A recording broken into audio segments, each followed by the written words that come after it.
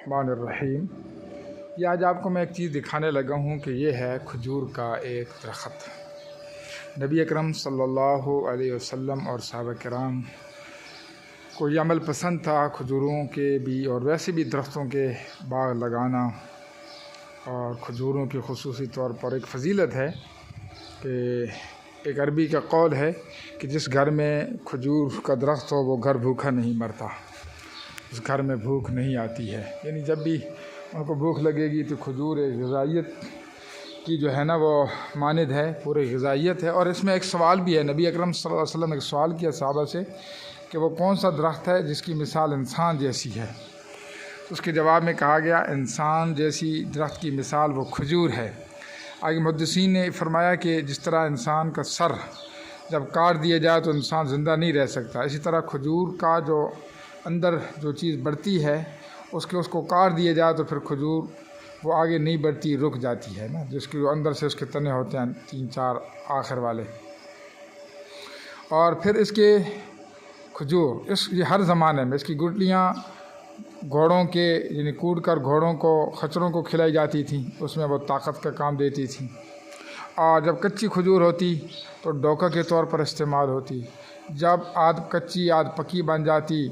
تو اس کا ایک اپنا مزہ ہوتا تھا، اور مکمل پک جاتی تو اس کا اپنی لذت ہوتی تھی، تو اس کو تمر بولتے ہیں۔ پھر جب وہ بالکل خشک ہو جاتی تو اس کو چھوارا بولتے ہیں، اس کا اپنا مزہ ہوتا، اس کا پانی میٹھا بنایا جاتا، نبیذ بنائی جاتی۔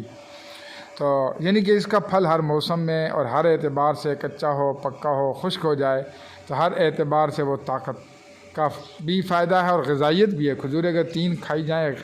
ایک جو ہے وہ لڑائی کے موقع پر صحابہ کرام کو صرف صبح 1 کھجور ملتی تھی، اور وہی کھجور ان کا کھانا، ان کو ناشتہ کہیں، ان کی غذائیت کہیں، ان کو طاقت کا کام کہیں، اسی بل بوتے پر پورا دن لڑائی اسی کھجور کی ایک جو دانہ ہوتا تھا کھا کر کھجور پورا دن لڑائی کرتے تھے۔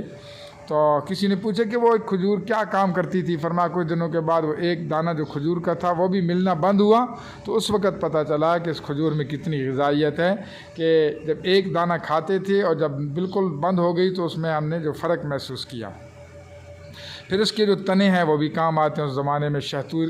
کے طور پر نا، جیسے آج زمانوں میں ہم گارڈر اور کڑیاں رکھتے ہیں تو یہ کڑیوں کے طور پہ ان کے بڑے بڑے تنے کام آتے تھے۔ پھر اس کی جو آگے کھجور کی شاخیں ہیں یہ جو ہے نا ٹیر کے یا جو ہے چھوٹے بالوں کا کام دیتی تھیں، اور جو اس کے پتے ہیں یہ جو جس طرح ہم پلیٹوں کا یا آج کوئی اور چیز اس کا کام دیتی تھیں، اور وہ کمرے بڑے ٹھنڈے۔ اور مسجد نبی صلی اللہ علیہ وسلم کے زمانے میں یہ کھجور کے تنے، کھجور کی جو یہ پتے ہیں یہ ڈالے گئے تھے، اور جب سخت بارش آتی تو پانی اندر ٹپکتا تھا۔ تو آج میں اس بات کی آپ کو ایک حدیث بھی پیش کرتا ہوں کہ نبی صلی اللہ علیہ وسلم نے سلمان فارسی جو ایک کسی کافر یہودی کے غلام تھے، تو اس کافر نے آزادی کے لیے کہا کہ بھئی آپ 100 کھجوروں کے درخت لگائیں، تو نبی صلی اللہ علیہ وسلم نے اپنے 10 مبارک سے 100 دانے لگائے، تو وہ کھجور کی جگہ آج بھی موجود ہے مدینۃ المنورہ میں، اور کھجور لگانا سنت بھی ہے اور بعد والوں کے لیے بہت بڑا تحفہ بھی ہے۔ تو ایک بادشاہ گزر رہا تھا، ایک بابا تھے، تو وہ کھجور کا درخت لگا رہے تھے۔ تو اس بادشاہ نے پوچھا کہ بابا جی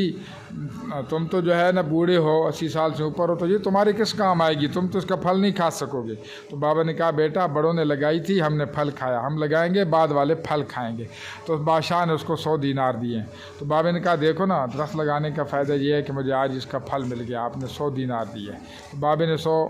بابے کو دینار اس بادشاہ نے اور دے دیے۔